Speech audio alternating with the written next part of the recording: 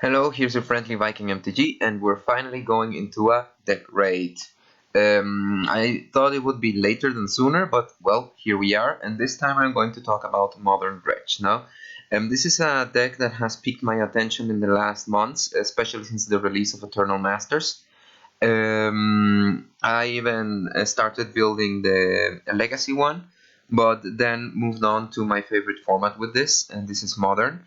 And just about the time that it suddenly exploded.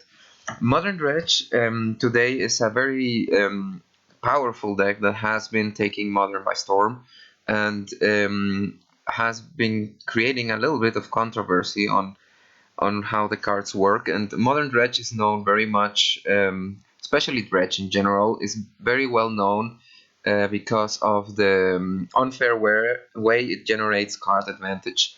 So we're going to analyze this deck. This is a deck that is mostly done, but still in development on some weak spots.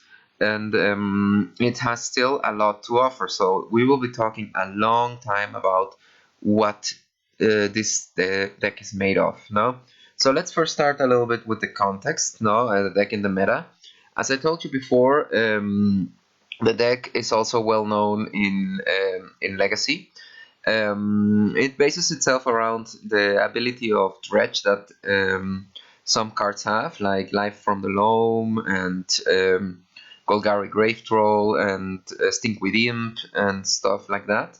And what it does, it discards, it mills yourself very hardly and then starts using a lot of abilities to play everything from the graveyard, even creatures. So usually you need not much mana for that, or if you need, or even there's even a version, the one I play, which is manaless. This in Legacy, it's a little bit more easier to build because we have cards like Bridge from Below, and it's based on a lot of cards that require just sacrificing of creatures that recur constantly, something like Nether Shadow or Ichorid, no? And yes, well, with Cabal Therapy and cards like, for example, Dread Return, you suddenly have a bunch of creatures ready to hit the person immediately. Now, for Modern, it will be a little bit different since even though Dread Return is a card that is part of, like, let's say, the Modern block, this one is banned, definitely. No, it had caused a lot of troubles in Extended when Extended existed, and then ever since it was banned to avoid this broken stuff that it can do by just generating creatures through Bridge from Below. Also, one of the effects that this whole story had caused was the banning of Golgari Grave Troll. This was unbanned about a year ago, so people started building around this again. They were slowly developing the deck around this with Vengevine. Some even thought about using Bloodghast, which uses landfall as a base to recur a creature constantly. But the real breakthrough would come much later with Shadows over Innistrad, where we had cards like Insolent Neonate, Prized Amalgam. These cards definitely gave it a little bit more of consistency, especially because Insolent Neonate was able to start the machine, a very practical creature that even could, if needed, block or hit at the start. But the real idea behind this is to discard a card, usually a Dredger, and then draw a card and start your Dredge machine ongoing. And then with other cards, start recurring them, like the Bloodghast we mentioned, and get Prized Amalgam out, a 3/3 that is technically free constantly as long as you have it in your graveyard. Also, another thing that was very important was Tormenting Voice, and a little upgrade it just got recently with the release of Kaladesh, and this is Cathartic Reunion.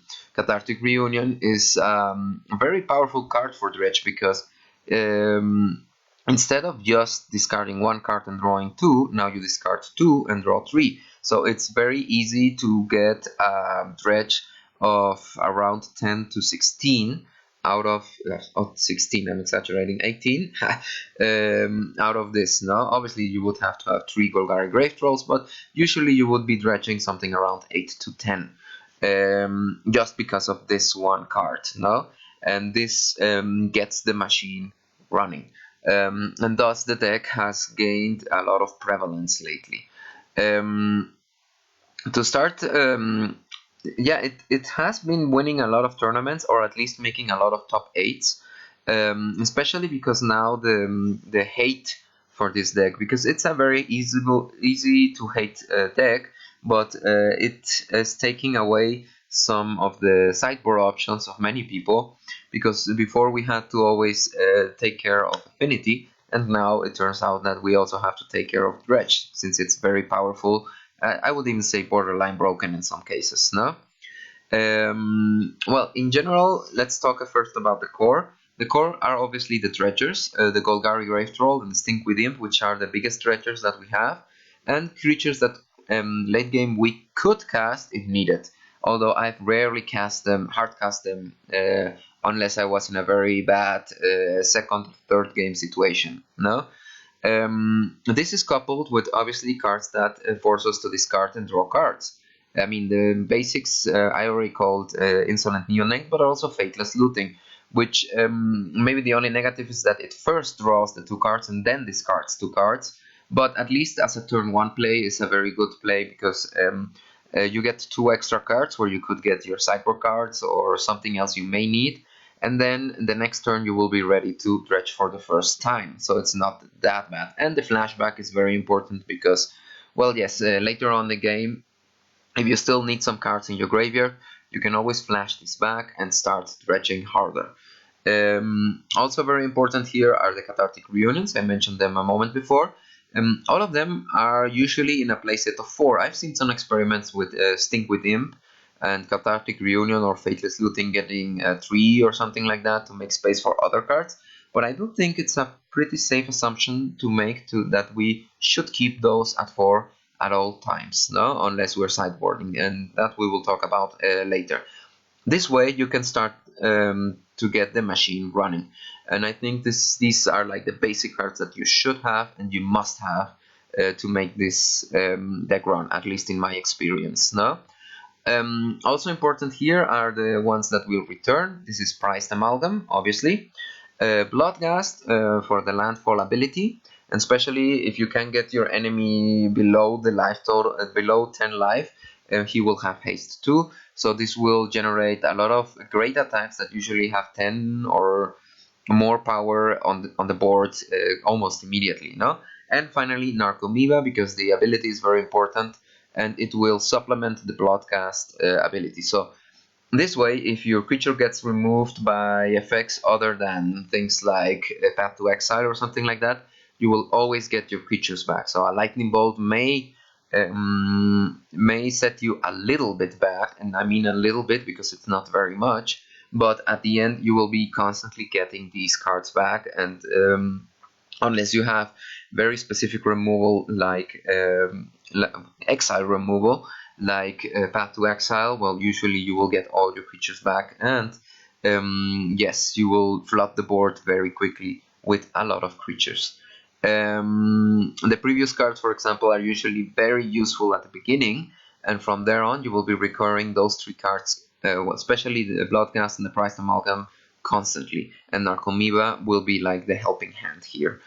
So I think those 2 should be a 4-off in every deck. So with this, we already have a very tightly packed deck. No, we're talking about 36 cards, which is over half of the deck, that already are a must to make this machine run. The variable core here has a lot of discussion. Many people are still discussing how many of each you should play. No, for example, Life from the Loam should have at least 2 to 3 copies, although I've seen many decks that in favor of Bridge from Below are eliminating some Life from the Loam, something I think is very wrong, because this works very well with Conflagrate. Conflagrate, a card that was only printed once, was usually considered a bad uncommon. It's a very important card here because it permits you to discard your hand and then start generating more dredge options. but also it is like the final strike of your deck. So I usually prefer to have 2 to 3 at least of conflagrate. I think 3 is a safe number anyway. It's especially important for the flashback cost, no? And in case you don't have one in your graveyard, you can always cast it for 1 red and do 0 damage, and then take the cards and discard them. It's also very important because Life from the Low will be the card that will be refilling your hand. You get 3 target lands from your graveyard to your hand. So if you do that with a certain consistency, you will suddenly have at one point 9 cards in hand, and this way Conflagrate will do 9 damage, which is very important to destroy probable blocking creatures, or to do these last 6-7 damage that you need to win the game. So I think that they shouldn't be short up by less than 2. I think 3 is a much safer number. Okay, and obviously there are many variations on this. No, a lot of them have been discussed. For example, Benchmine was the dredge card that was being used before. It has lately been ignored totally because it requires that you play creature spells, and this is very difficult in this deck because most of them should come from your graveyard. But it was a nice option, and I've seen some decks still playing it. Now the two ones that are most discussed right now are Bridge from Below. I think this card is not very useful for Modern. It is a beautiful card, but I have seen some decks go to top 8 with 2 copies of these. Also, we have Shriekhorn, which is maybe the most controversial one. There was a recent deck tech in MTG Goldfish by Seth, and he included 2 into the list he was presenting, a list he took from another pro. And it's a very nice card that for 1 mana permits you to already start milling yourself to generate your first dredgers. I myself haven't found like a liking for this, but this is a very good complement to all the Fateless Lootings, all the vampires, and obviously all the cathartic reunions. But this obviously takes away a little bit of space that you need maybe for other cards that you might need. Obviously, this could enter one of the flex spots because of all the cards that I have presented, you usually will have 1 or 2 slots free to be able to play these kind of cards. No? So this is very much up to you if you want to dredge quicker or something like that. This is a nice option. My problem is that the Shriekhorn gets useless after 3 turns of using, but by then you should be able to have already a very heavy presence in the board. The sideboard here is a critical thing. Many people like to play a 4-off of Nature's Claim just to have security that you will get the card. If you see, all the cards I'm proposing here are cards that will be able to destroy certain hate cards that will be played against us dredge players. No? Destructive Revelry, I've come to like it because it does another extra 2 damage, even though it costs a little bit more. What I don't like about Nature's Claim is those extra 4 life, but honestly, you can spare those 4 lives that you give to your opponent because you will most probably be hitting harder than those 4 life. No? Also, 2 cards that I've been looking up to is Natural State and Abrupt Decay. Both cards suffer greatly because they only destroy cards that cost 3 or less, but this already gets a lot of cards that could be played against you. Here I'm talking about Grafdigger's Cage, Rest in Peace, and other kind of cards that hate the graveyard, because yes, our main concern is the hate of the graveyard, although it will not get cards like Leyline of the Void or I'm just spacing out on the last card. No, we'll see that in a moment. But anyway, all these 4 cards are good options that you could include, especially to avoid the graveyard hate. If they play a Rest in Peace to you, it's not that bad because you can just draw cards until you find the card that you need and then destroy the Rest in Peace. The biggest effect would be maybe that they will exile your graveyard, but this is always like a tug of war if they want to exile the graveyard now or later, and then you start recurring because it's an enchantment, so it's not an instant and stuff like that. No. Okay. The mana base here is very important. We have 4 Copper Line Gorge. I have seen almost no variations on that. But yeah, this card is a good card at the beginning of the game because you will already have the 2 main colors that you need. Black is like a secondary color, still very important, especially for sideboard cards. But definitely, as long as you have green and red, you will be able to play your Life in the Loams and obviously all the cards that will make you discard cards. No. Also, important 4 of are the fetch lands. With the Bloodstained Mire, you will get the black sources you may need, and with the Wooded Foothills, you will get all the green sources you may need. This is obviously to just get the Stomping Grounds and the Blood Crypts that will give you the 2 mana that you need for everything. So it's not very unusual to do this Bloodstained Mire Stomping Ground thing. Yeah, it sounds a little bit weird. To just have already the 2 mana in case you don't have a Copper Line Gorge in your hand at the beginning, no? And you don't always have to play this and pay the 2 life just to avoid the aggro matchup, but it's preferable that way because, yeah, it's modern. You need to lose 17 life at the beginning to be able to start fixing your mana. I've seen some cases in which they play, instead of a Blood Crypt, Steam Vents to be able to cast the Narcomoebas from your hand. Even the Prized Amalgam sometimes. I myself have not been very much in the need, and I have tested this option a lot, but this is something that could still be debated. I prefer to have more black sources in my hand, especially when I go to the sideboard, which we'll keep on discussing a little bit later. Now, on the basics, we have usually 3 mountains in any deck, although I have seen a lot of, and I prefer to play usually with 2 mountains and one forest, just in case Blood Moon hits the field, and I can still cast my Life in the Loam at least once a turn. I like that option very much, although I have seen also some weaknesses in the sense that sometimes you draw the forest and you have no second red source to play the flashback cost for Conflagrate. No. Also important here is the Dagmar Savage, which is one of your black sources, and it is also a dredger in case that you don't hit all the dredgers that you need. Most of the times, 2 of them are played, or sometimes only 1.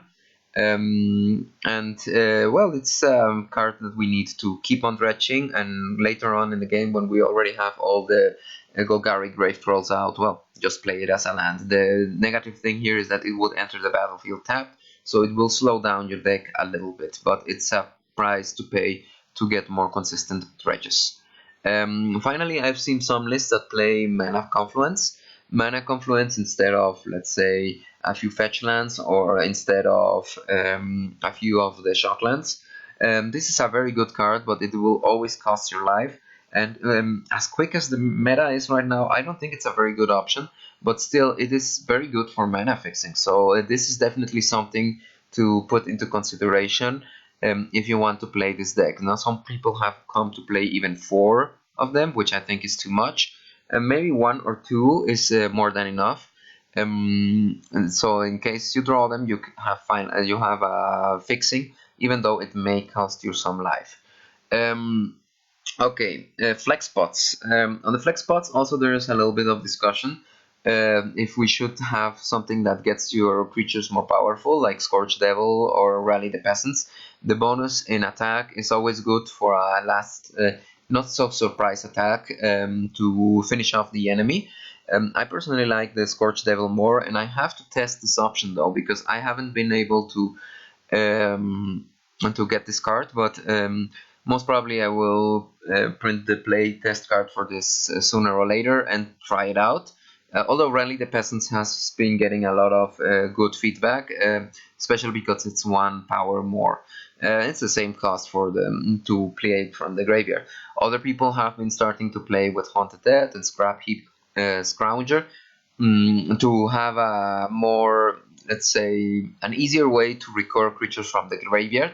I myself have been playing a lot with Haunted Death, especially because of the 1 white spirit token. And my problem with Scrap Heap Scrounger is that it can block first, and second, it exiles another creature from the graveyard to generate this effect. You could easily exile narcomoebas and stuff like that. But at one point you will run out of creatures, so it's easier for me to discard cards that I have been drawing with Life from the Low than to be losing creatures from the graveyard that I desperately need to generate board presence. Okay. Other considerations on the sideboard here are cards like Thoughtseize to eliminate some cards that may be dangerous to us. This will help a lot with Leyline of the Voids and stuff like that. Dark Blast for affinity and other decks that play low toughness creatures.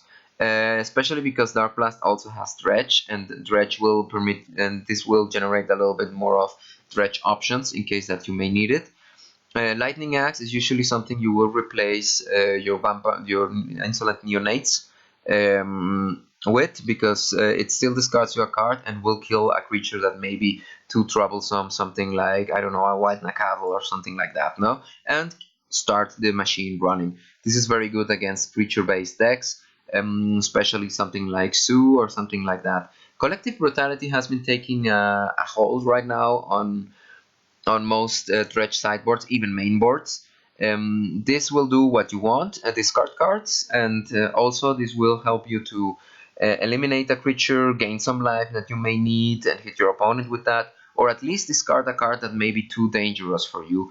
Now, we have to remember that it's only for sorcery in instants. It's not like Thoughtseize that will eliminate any important card that may be in the hand of the enemy. But still, your opponent may have a combo or something based on sorcery on instant, and this is a perfect card to enter now. So it eliminates creatures and it eliminates cards from the hand of the enemy, and you will most probably be discarding 2 cards very constantly with this card and start to have your Dredge machine running.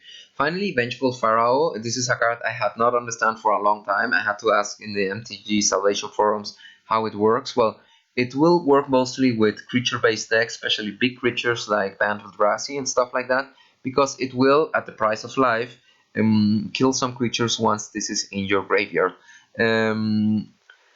Usually it's played as a one-off in the sideboard, and I think it's a very good number. I haven't tested it very much because I did not understand it before, but I think it will help you a lot.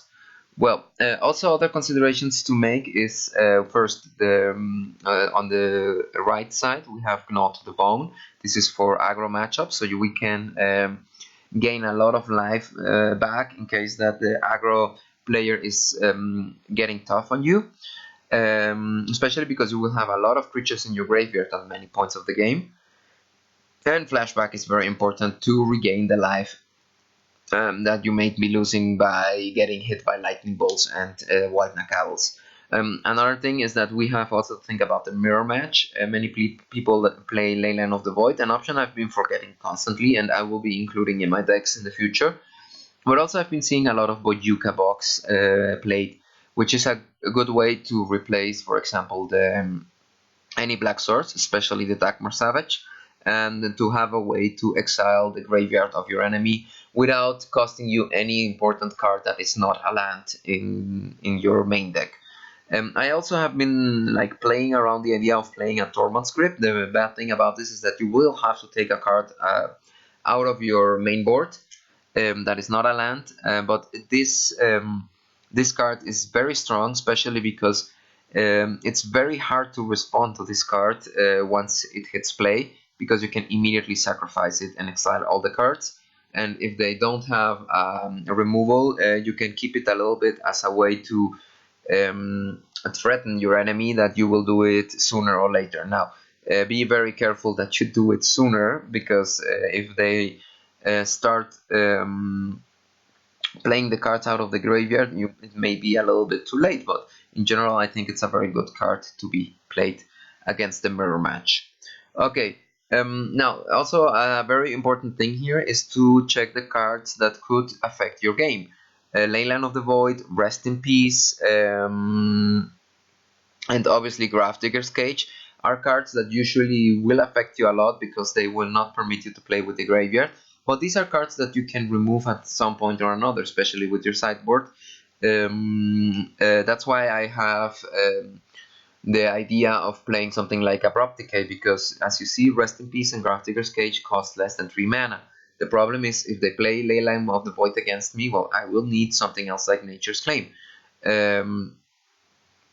Now, the difficult cards to play with are Dormant Script and Relic of Progenitus, because they will immediately destroy you. Relic of Progenitus has been played, for example, in decks like Scred, and they will get you immediately. So yes, you cannot interact very much with them, and well, you have to be careful about those cards. So don't overplay your graveyard too much if you suspect that your opponent is playing Dormant Script or Relic of Progenitus, because they will get you every time. Now, the bad thing about Relic of Progenitus is that it costs 2 mana to do the effect. However, this will draw you an extra card, something that Dormant Script won't do. So be very careful with the graveyard hate. That's all I can say. Our game 1 might be one of the best games, unless you play Scred as in the last incarnation. But from there on, game 2 and 3, you have to be able to get rid of those cards at some point. I mean, you can still win with those cards in game, but it will be much harder and much grindier. So just take it into account to be able to sideboard against them.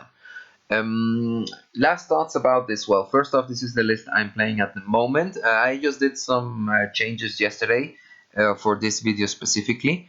I am always fighting about how many lands I want. Many people play 20 lands, so I have decided to go on that side, and this was at the cost of a Dakmor Savage. I don't like Dakmor Savage that much. I know it generates a little bit of Dredge, but Dredge 2 is really not that much that I would want. I usually played with 21 lands, but then I needed to make a space for these little flex spots I told you about. No, for example, that one Dark Blast. Also the Haunted Dead that I'm playing with, although most probably I will be changing that for the Devils at one point. My sideboard is not perfect at this moment.